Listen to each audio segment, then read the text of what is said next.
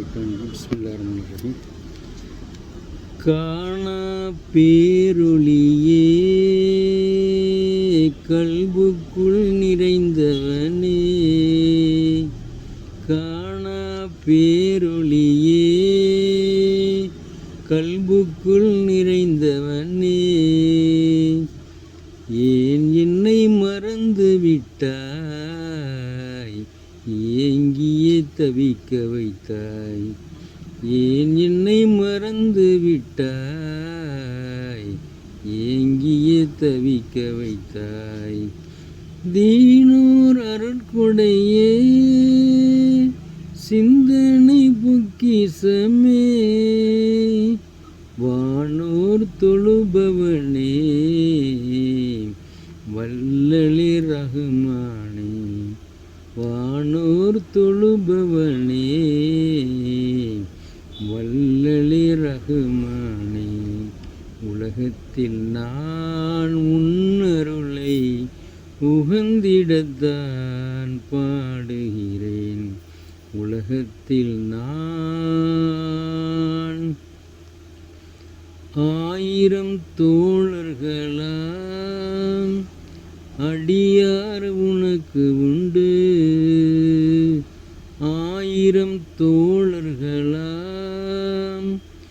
அடியார் உனக்கு உண்டு,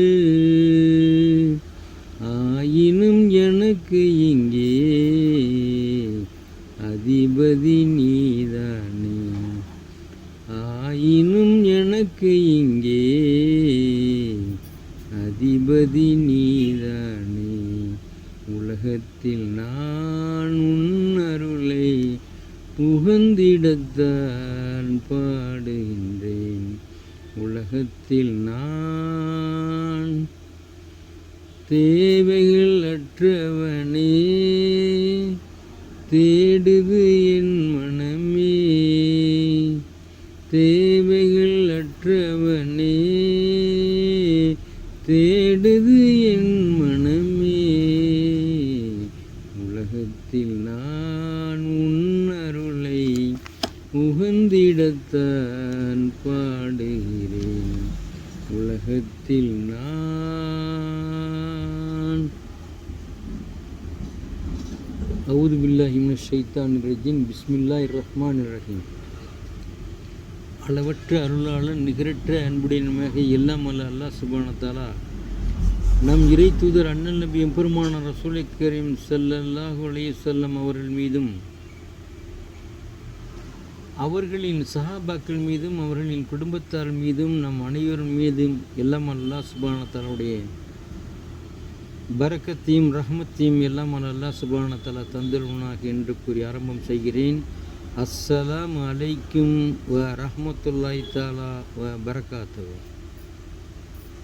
இன்றைய தினம் இன்ஷா அல்லாஹ் 28ஆம் ஜுதிலே சூரத்துல் அல் தஹரீம் விலக்கிக் கொள்ளுதல் என்னும் அத்தியாயத்தை பார்க்க இருக்கின்றோம். இன்ஷா அல்லாஹ் வசனங்கள் 12 தான், வசனங்கள் 12 தான்.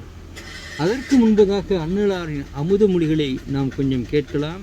அதன் பிறகு சூரத்துல் அல் தஹரீம் என்ற அத்தியாயத்தை தமிழ் தர்ஜமாவை பார்க்கலாம் இன்ஷா அல்லாஹ். அல்லாஹ் நபி எம்பெருமானார் ரசூலை கரீம் ஸல்லல்லாஹு அலைஹி வஸல்லம் சொன்னார்கள், யா அல்லாஹ், உமர் அபுஜஹில் இந்த இருவரில் உனக்கு யார் அதிகமாக பிடித்தவர்களாக இருக்கின்றார்களோ அவர்களை கொண்டு இஸ்லாத்திற்கு வழிவூட்டுவீராக. இந்த இருவரும் பலசாலிகள் என புகழ் பெற்றிருந்தனர்.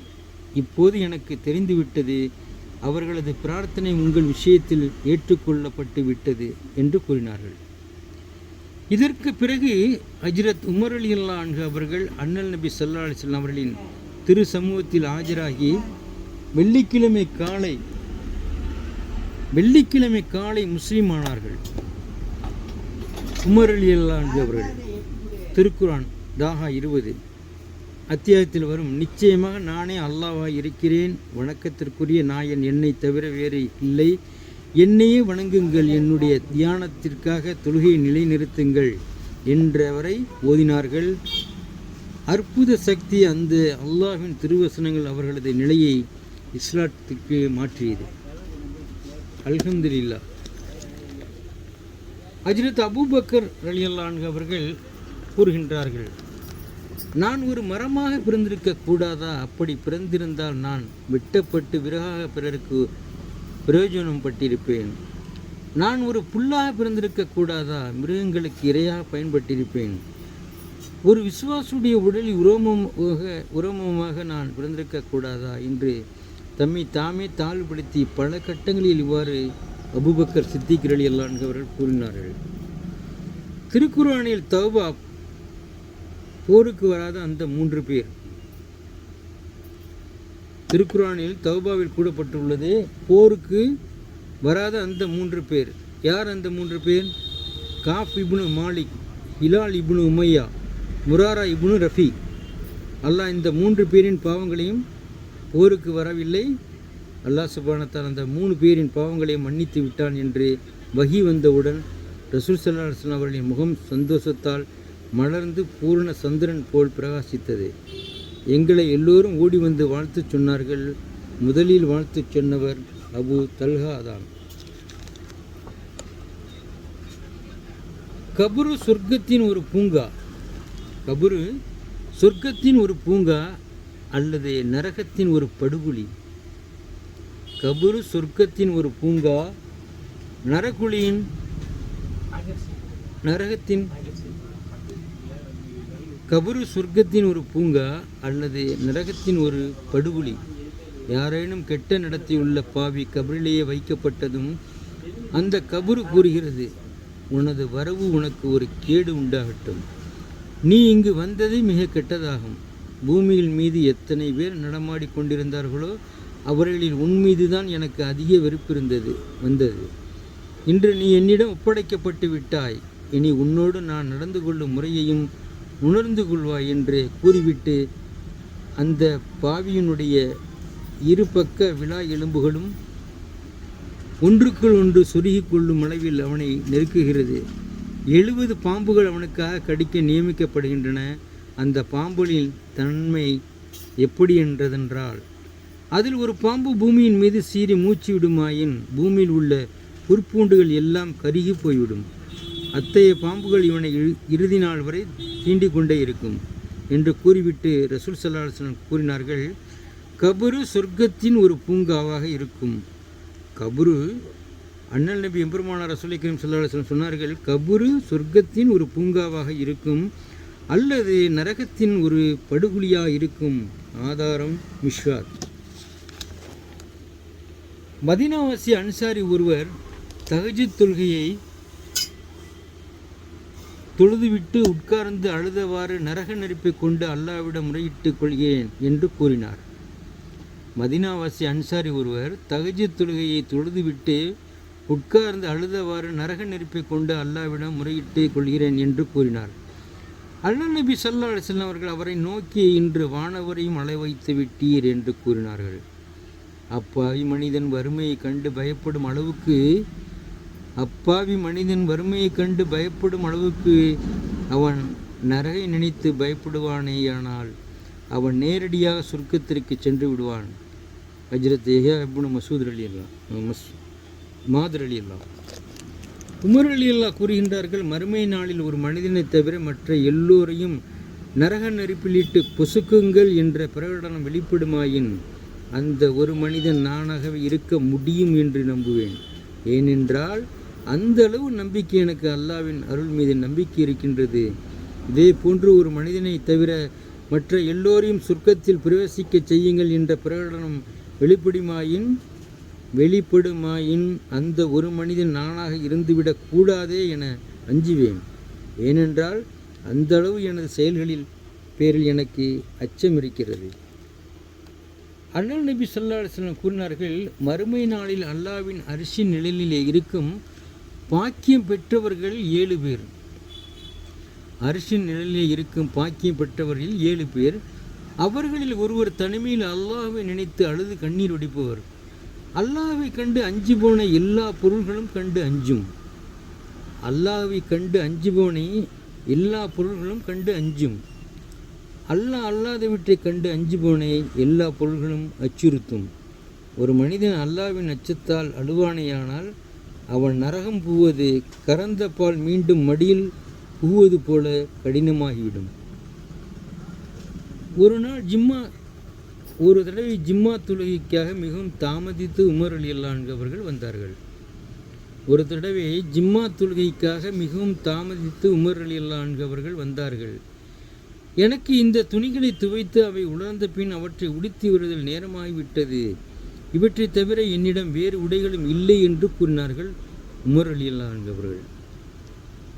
ஹஜ்ரத் அபூபக்கர் சித்திக் ரலியல்லாஹு அன்ஹு அவர்கள் ஜனாதிபதியாக ஆவதற்கு முன் ஒரு ஜவுளி வியாபாரியாக இருந்தார்கள். அதிலிருந்து கிடைக்கும் வருவாய் அவர்களது குடும்பத்தாரின் செலவுக்கு போதுமானதாகவும் இருந்தது. அறிவிப்பவர் அபூபக்கர் சித்திக் ரலியல்லாஹு அன்ஹு அவர்கள் தொழுத முறை. ஹஜ்ரத் ஆயிஷா ரலியல்லாஹு அவர்களிடம் ஒருவர் வந்து அண்ணல் நபி ஸல்லல்லாஹு அலைஹி வஸல்லம் அவரிடம், தாங்கள் கண்ட ஏதேனும் அதிசயமான விஷயத்தை பற்றி எனக்கு தெரிவியுங்கள் என்று கேட்டார்.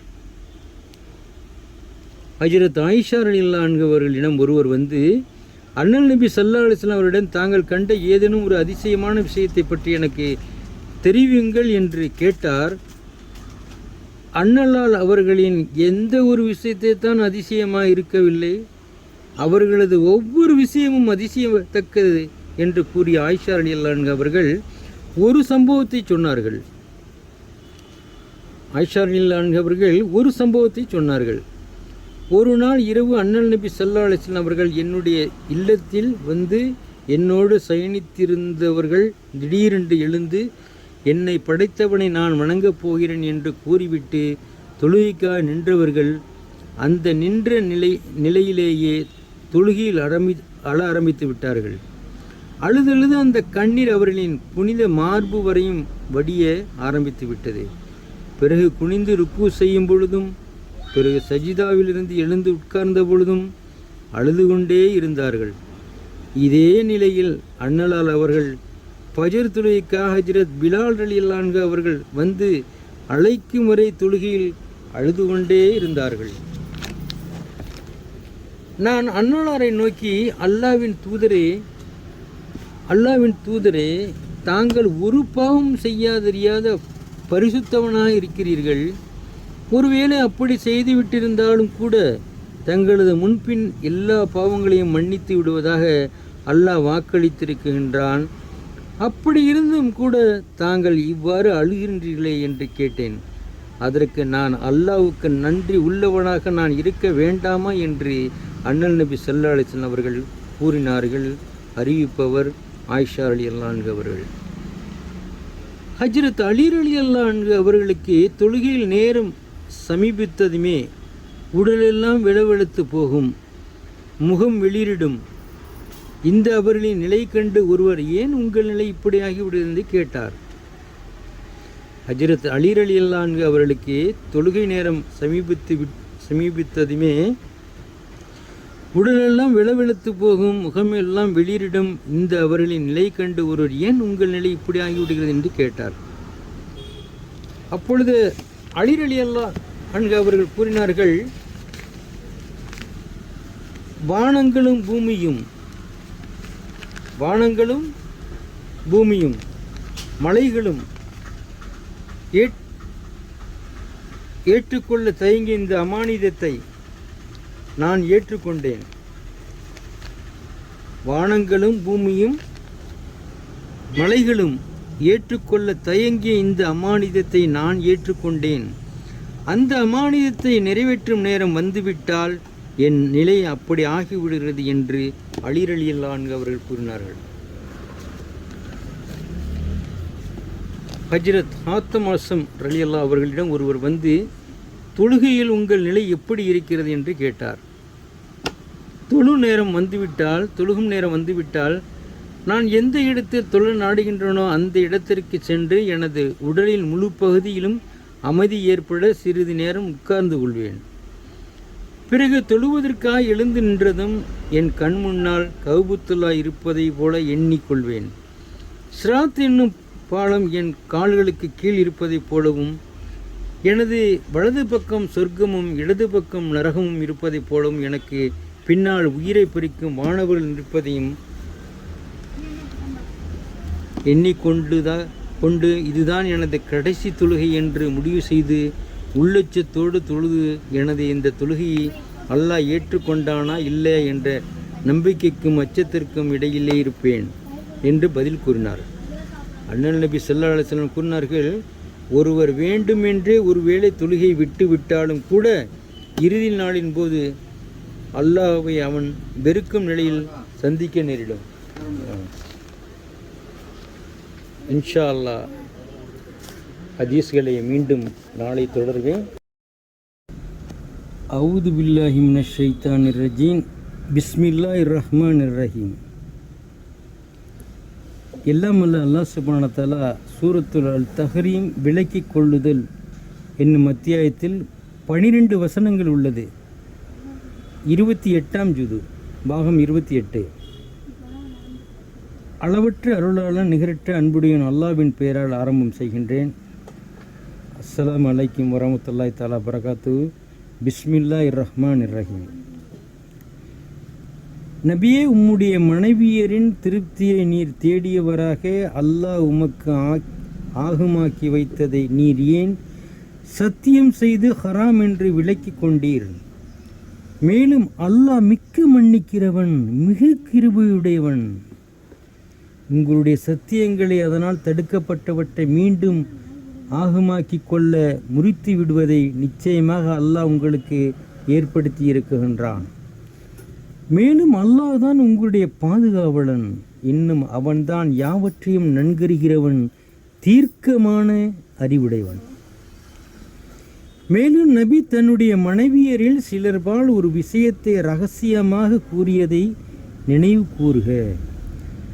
பின்னர் அம்மனைவியானவர் அதனை நபியின் மற்றொரு மனைவிக்கு அறிவித்து அதனை அல்லாஹ் நபியாகி அவருக்கு வெளியாக்கி வைத்தபோது அவர் அதில் சிலவற்றை அம்மனைவிக்கு அறிவித்து சிலவற்றை அறிவிக்காது புறக்கணித்தும் விட்டார். பின்னர் அவர் அவருடைய மனைவிக்கு அதை அறிவித்த போது, இதனை உங்களுக்கு அறிவித்தவர் யார்? இதனை உங்களுக்கு அறிவித்தவர் யார் என அவர் அந்த மனைவி கேட்டார்.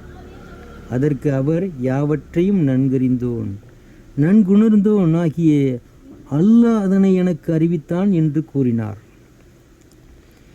நபியுடைய மனைவியராகிய நீங்கள் இருவரும் உங்கள் குற்றங்களுக்காக பச்சாதப்பட்டு தௌபா செய்து அல்லாஹ்வின் பால் மீண்டால் அது உங்களுக்கு நன்மையாகும். இது ஏனென்றால் உங்கள் இருவரின் இதயங்கள் உண்மையிலிருந்து சாய்ந்து விட்டன.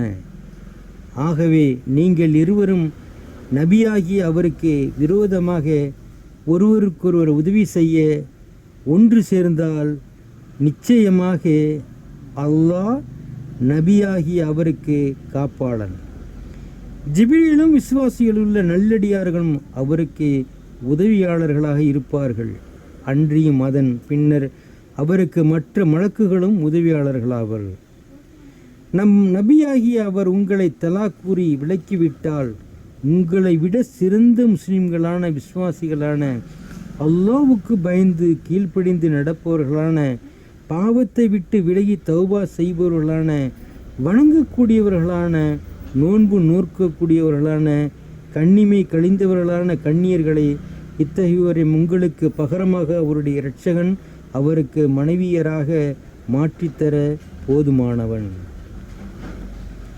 விசுவாசிகளே, நீங்கள் உங்களையும் உங்கள் குடும்பத்தினரையும் நரக நெருப்பை விட்டு காப்பாற்றிக் கொள்ளுங்கள். விசுவாசிகளே, நீங்கள் உங்களையும் உங்கள் குடும்பத்தினரையும் நரக நெருப்பை விட்டு காப்பாற்றிக் கொள்ளுங்கள். அதன் எரிபொருள் நரகத்தின் எரிபொருள் மனிதர்களும் கல்லுமாகும். அதில் குணத்தால் கடின சித்தமுடைய தோற்றத்தாலும் அமைப்பாலும் பலசாலிகளான மலக்குகள் உள்ளனர். அல்லாஹ்வுக்கு அவன் அவர்களை ஏவியவற்றில் அவர்கள் மாறு செய்ய மாட்டார்கள். விசுவாசிகளே, நீங்கள் உங்களை உங்கள் குடும்பத்தினரையும் நரக நெருப்பை விட்டு காப்பாற்றிக் கொள்ளுங்கள். அதன் எரிபொருள் மனிதர்களும் கல்லுமாகும். அதில் குணத்தால் கடின சித்தமுடைய தோற்றத்தாலும் அமைப்பாலும் பலசாலிகளான மலக்குகள் உள்ளனர். அல்லாஹ்விற்கு அவன் அவர்களை ஏவியவற்றில் அவர்கள் மாறு செய்ய மாட்டார்கள். இரட்சகனிடமிருந்து அவளுக்கு கட்டளையிடப்படுவதையே செய்வார்கள்.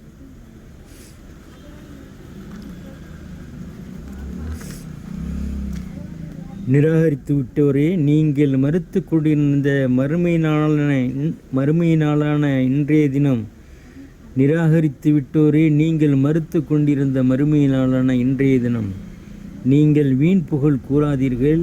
நீங்கள் கூலி கொடுக்கப்படுவதெல்லாம் நீங்கள் செய்து கொண்டிருந்தவைகளுக்குத்தான் என்று கூறப்படும்.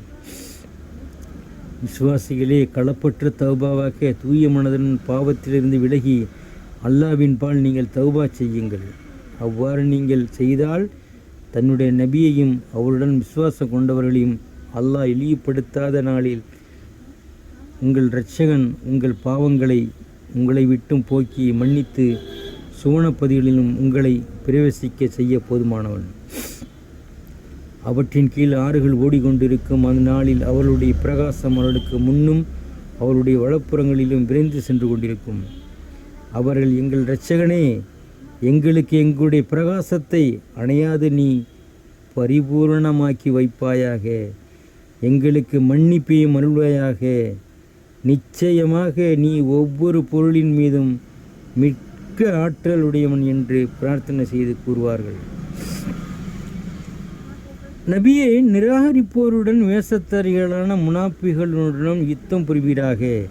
அவர்கள் விஷயத்தில் நீர் கடுமையாக இருப்பீராக. அவர்கள் தங்குமிடம் நரகந்தான், சேருமிடத்திலும் அது மிக கெட்டது. நிராகரிப்போருக்கு நபி நூஹுடைய மனைவியையும் நபி லூத்துடைய மனைவியும் அல்லாஹ் உதாரணமாக கூறுகின்றான். நிராகரிப்போருக்கு நபி நூஹுடைய மனைவியையும் நபி லூத்துடைய மனைவியும் அல்லாஹ் உதாரணமாக கூறுகின்றான். அவ்விருவரும் நமது நல்லடியார்களில் உள்ள இரு நல்லடியார்களுக்கு கீழ் மனைவியராக இருந்தனர். அவ்விருவரும் நமது நல்லடியார்களில் உள்ள இரு நல்லடியாருக்கு கீழ் மனைவியராக இருந்தனர். பின்னர் அவ்விருவரும் தங்கள் கணவர்களான அவ்விருவருக்கும் துரோகம் செய்தனர். ஆகவே தம் மனைவியரான அவர்கள் இருவரையும் விட்டும் அல்லாஹ்வுடைய வேதனையிலிருந்து எதையும் நபிகளாகிய அவ்விருவராலும் தடுக்க முடியவில்லை. இவர்கள் துரோகம் செய்ததன் காரணமாக இவர்களிடம் நரக நெருப்பில் நுழைவோர்களுடன் நீங்கள் இருவர் நுழைந்து என்று கூறப்பட்டது.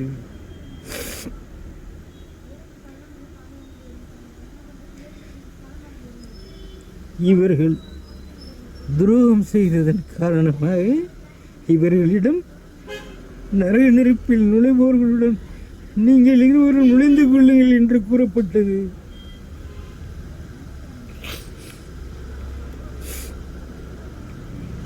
விசுவாசம் கொண்டோருக்கு பிறவனுடைய மனைவியை உதாரணமாக அல்லாஹ் கூறுகின்றான். விசுவாசம் கொண்டோருக்கு பிறவனுடைய மனைவியை உதாரணமாக அல்லாஹ் கூறுகின்றான். பிறவனுடைய அக்கிரமங்களை சகிக்காமல் தன் இரட்சகனிடம் பிறவனுடைய மனைவியை உதாரணமாக அல்லாஹ் கூறுகின்றான். விசுவாசம் கொண்டோருக்கா பிறவனுடைய மனைவி உதாரணமாக அல்லாஹ் கூறுகின்றான். பிறவனுடைய அக்கிரமங்களை சகிக்காமல் தன் இரட்சகனிடம், என் இரட்சகனே, சொர்க்கத்தில் உன்னிடத்தில் எனக்கு ஒரு வீட்டை கட்டுவாயாக. பிறவனை விட்டும் அவனுடைய செயலை விட்டும் என்னை காப்பாற்றுவாயாக. அன்றியும் அநியாயக்காரன கூட்டத்தாரை விட்டும் நீ என்னை காப்பாற்றுவாயாக என்று பிரார்த்தனை செய்து அவர்கள் கூறியதை நினைவு கூறுவீராக. இன்னும் இம்ரானுடைய மகள் மரியமையும் விசுவாசிகளுக்கு உதாரணமாக அல்லாஹ் கூறுகின்றான். இன்னும் இம்ரானுடைய மகள் மரியமையும் விசுவாசிகளுக்கு உதாரணமாக அல்லாஹ் கூறுகின்றான். அவர் தன்னுடைய மர்மஸ்தானத்தை கற்பை பாதுகாத்து கொண்டார். ஆகவே நம்முடைய ரூஹில் இருந்து அதில் ஊதினோம். அவர் தன் இரட்சகனின் வார்த்தைகளையும் அவனின் வேதங்களையும் உண்மையாக்கி வைத்தார். முற்றிலும் கீழ்ப்படுந்தவர்களில் உள்ளவராகவும் அவர் இருந்தார். அல்ஹம்துலில்லாஹ், ஸதக்கல்லாஹுல் அஸீம். அல்ஹம்துலில்லாஹ். சூரத்துல் தஹ்ரீம் நாம் இன்றைய தினம் பார்த்தோம். அல்ஹம்துலில்லாஹி ரப்பில் ஆலமீன். இன்ஷா அல்லாஹ், அல்லாஹ் நாடினால் நாளைய தினம் சூரத்துல் மாரிஜ் என்ற அத்தியாயத்தை பார்க்கலாம். அஸ்ஸலாமு அலைக்கும் வ ரஹ்மத்துல்லாஹி தஆலா வ பரகாத்துஹு.